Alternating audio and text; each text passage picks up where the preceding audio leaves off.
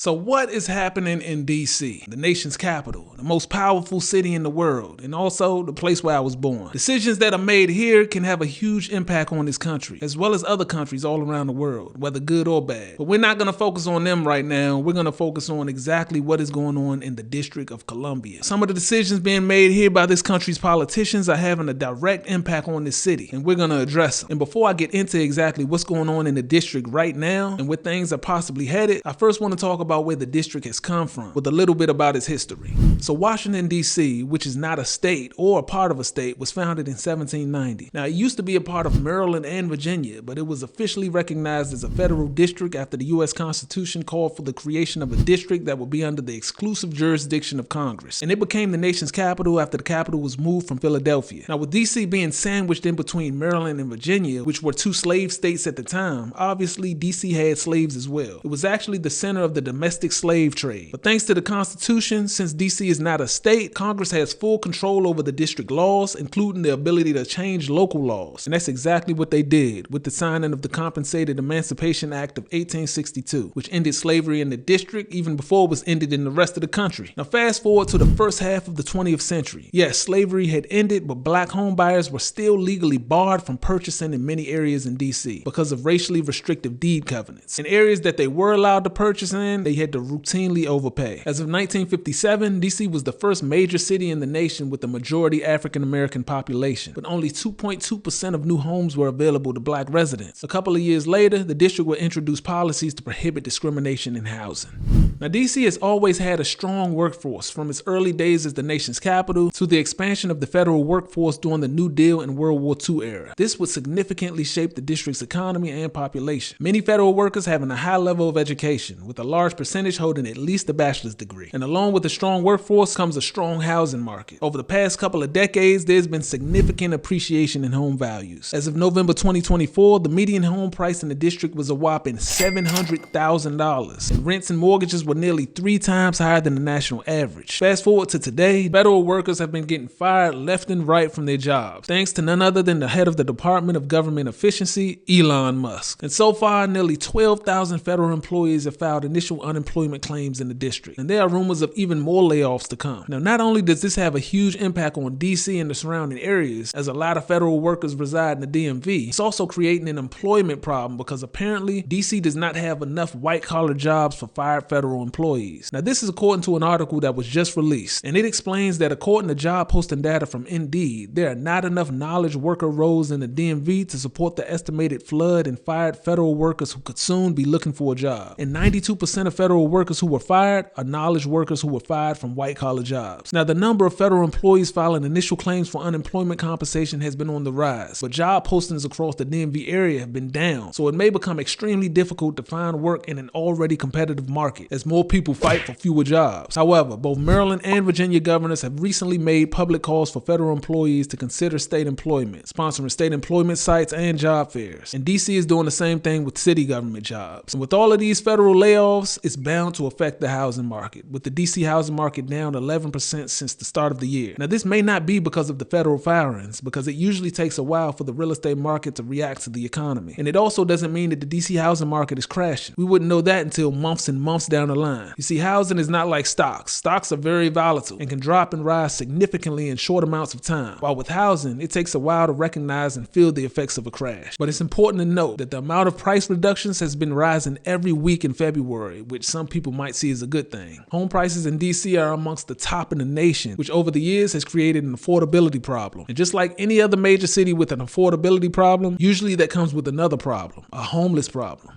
Now, homelessness in DC has always been a problem, and in 2021, DC had the highest rate of homelessness in the country. Just recently, President Trump addressed Mayor Bowser, saying that federal officials may step in and clear homeless encampments in the city if she doesn't, saying areas in the White House and State Department are unsightly. Now, of course, Mayor Bowser responded, saying the actions of the federal government are working against them. For example, federal budget cuts for homeless programs, mass layoffs at offices that fund homeless programs, ending DEI contracts that fund homeless programs. Project 25 2025 said verbatim, they want to end housing first policies, which is a policy that prioritizes permanent affordable housing to people experiencing homelessness. It says that instead, the department should prioritize mental health and substance abuse before homelessness. Now to me, it seems like homelessness isn't a big concern to HUD or the Trump administration. Unless the homeless people can actually be seen near the White House or other federal buildings, then it becomes a problem. But either way, you can't cut programs that help the homeless and then say, hey, y'all got a homeless issue. Clean that up before we do it for you. If I was the mayor, I'd be like, come clean it up.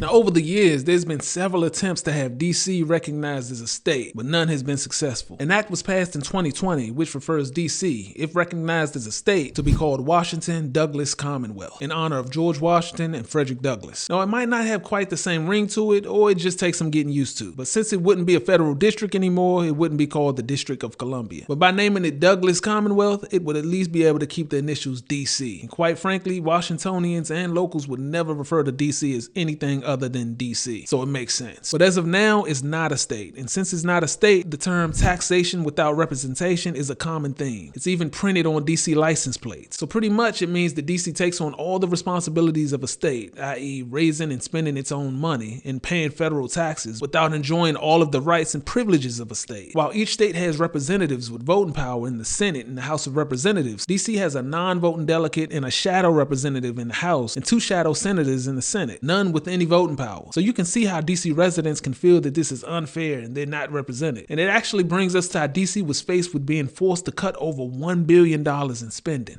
So just last week, in an effort to prevent a government shutdown, the House of Representatives passed a short-term funding bill that would keep the government funded through September 30th. However, the bill treated DC as if it was a federal agency that doesn't stand on its own and didn't recognize the district's already approved 2025 budget. The initial bill required DC to cut more than $1 billion in spending over the next 6 months. And get this, the $1 billion wasn't coming from federal funds. It was coming from DC's local tax dollars. So the federal government wasn't even going to be saving any money. Now, obviously, DC's Mayor Muriel Bowser was livid, and there's no doubt in my mind that the House would pull this move on a state. But DC's not a state. It's a federal district that's under the control of Congress. And again, they don't have any voting power. But that didn't stop Mayor Bowser and every DC council member from heading to Capitol Hill pleading with lawmakers to take the DC provision out of the resolution. But they were unsuccessful. According to Mayor Bowser, the cut would affect DC police officers, teachers, the bus and metro rail service, and first responders. And she said that it would also possibly cause a hiring freeze and may lead to layoffs. Now, thankfully, after the bill passed through the House, before the Senate passed the bill, they fixed the language in it that would allow DC to continue operating under the 2025 budget that had already been approved. This is huge because this is money coming from DC's own local tax dollars. Why would the bill have them cut spending funds in the first place?